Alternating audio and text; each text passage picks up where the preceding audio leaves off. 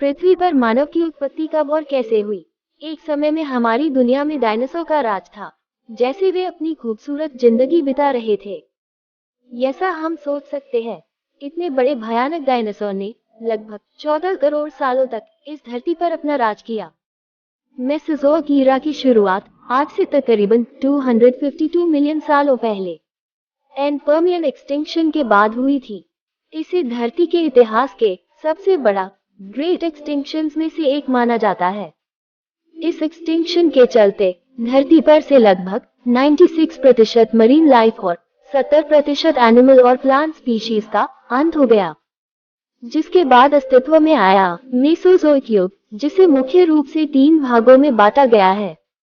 Mesozoic युग पृथ्वी के भूवैज्ञानिक इतिहास का दूसरा अंतिम युग है, जो लगभग 252 से 66 मिलियन साल पहले तक चला, जिसमें ट्राइसिक, जुरासिक और क्रेटेशियस काल शामिल है, जिनमें से पहला है ट्रायासिक पीरियड। पृथ्वी के इतिहास में सभी बड़े पैमाने पर विलुप्त होने की घटनाओं में से तीसरी और अब तक सबसे बड़ी घटना लगभग 251 मिलियन साल पहले पर्मियन काल के अंत में हुई थी, जो कि आज से करीब 252 मिलियन साल से लेकर 200 मिलियन साल पहले तक के पीरियड को कहा जाता है।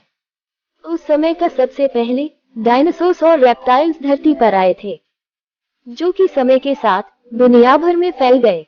इस घटना को अक्सर द ग्रेट डाइंग के नाम से जाना जाता है, क्योंकि ग्रह पर सभी प्रजातियों में से 96% विलुप्त हो गई। क्रेटेशियस विलुप्ति सबसे प्रसिद्ध घटना 65 मिलियन साल पहले क्रेटेशियस अवधि के अंत में हुआ था। सभी प्रजातियों में से 76% विलुप्त हो गई, जिनमें सभी डायनासोर भी शामिल थे।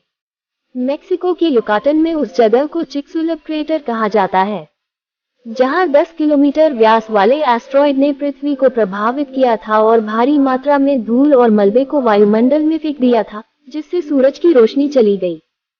डायनासोर की कई हजार प्रजातियां थी। डायनासोर उस समय के सबसे सफल जीव थे, लेकिन फिर अचानक ऐसा क्या हुआ?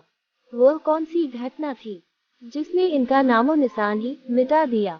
तो आइए जानते हैं, धरती पर डायनासोर का अंत और इंसानों की उत्पत्ति कैसे हुई।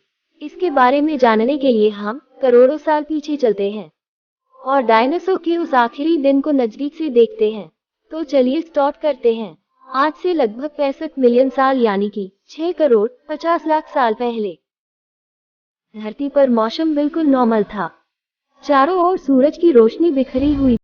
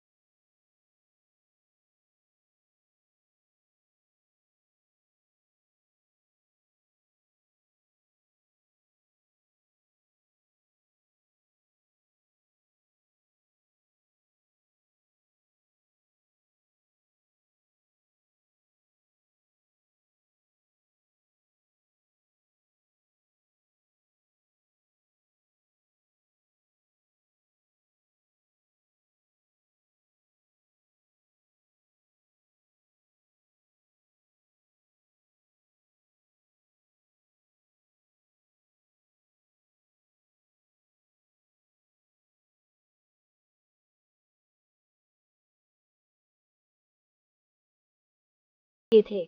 कुछ ही क्षण में ये एस्ट्रॉयड सीखों की खाड़ी के पास जमीन से टकराता है और लगभग ये 35,000 डिग्री सेल्सियस ऊंचा वाला एक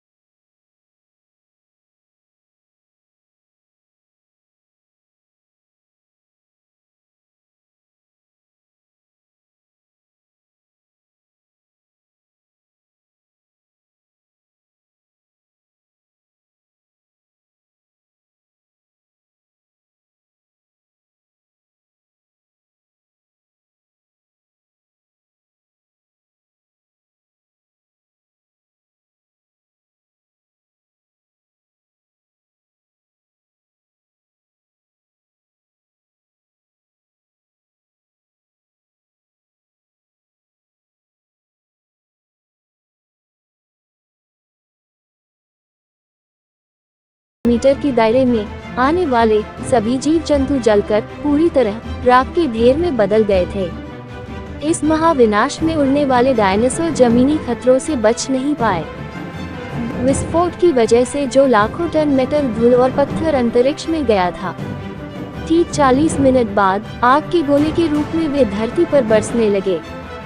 साथ ही धूल का एक बहुत बड़ा तूफान 6000 किलोमीटर प्रति घंटे की रफ्तार से पृथ्वी की दूसरी तरफ मौत लेकर आ रहा था। धूल के बादल कई किलोमीटर मोटे थे, जिसकी वजह से धरती पर सूरज की रोशनी पहुंच पाना असंभव हो गया। गर्म हवाओं का तापमान 100 डिग्री सेल्सियस से ज्यादा हो जाने के कारण धरती पर लगभग सभी पेड़ पौधों की आबादी जलकर खाक हो गई थी। विस्फोट के 90 मिनट बाद धरती का तापमान 200 डिग्री सेल्सियस तक बढ़ गया। इसकी वजह से जो डायनासोर विस्फोट के इलाके से कोसों मील दूर थे, वे इस गर्मी से बच नहीं पाए। इस महाप्रलय से लगभग कुल 90% प्रजाति धरती से खत्म हो गई थी और जो 10% जीव धरती पर बच गए थे, उसमें सिर्फ वही जीव जिंदा रह सके जिसका वजन 30 किलोग्राम से कम था। इसका कारण ये था कि उस महाप्रलय में लाखों की संख्या में जीव मारे जा चुके थे। इस मास एक्सटिंक्शन की घटना को क्रेटेशियस पैलियोजेन एक्सटिंक्शन इवेंट के नाम से जाना जाता है। इस भयानक तबाही के चलते धरती पर रहने वाले तकरीबन 75% एनिमल और प्लांट स्पीशीज हमेशा के लिए विलुप्त हो गए और पेड़ पौधों की सारी आबादी भी जलकर राख हो गई थी, जिसके चलते यहाँ जो बड़े और विशालकाय जीव बच गए थे, उन्हें भरपूर मात्रा में खाना पीना न मिल सका। ये महाप्रलय किसी दूसरे जीव के लिए फायदेमंद साबित होने वाला था।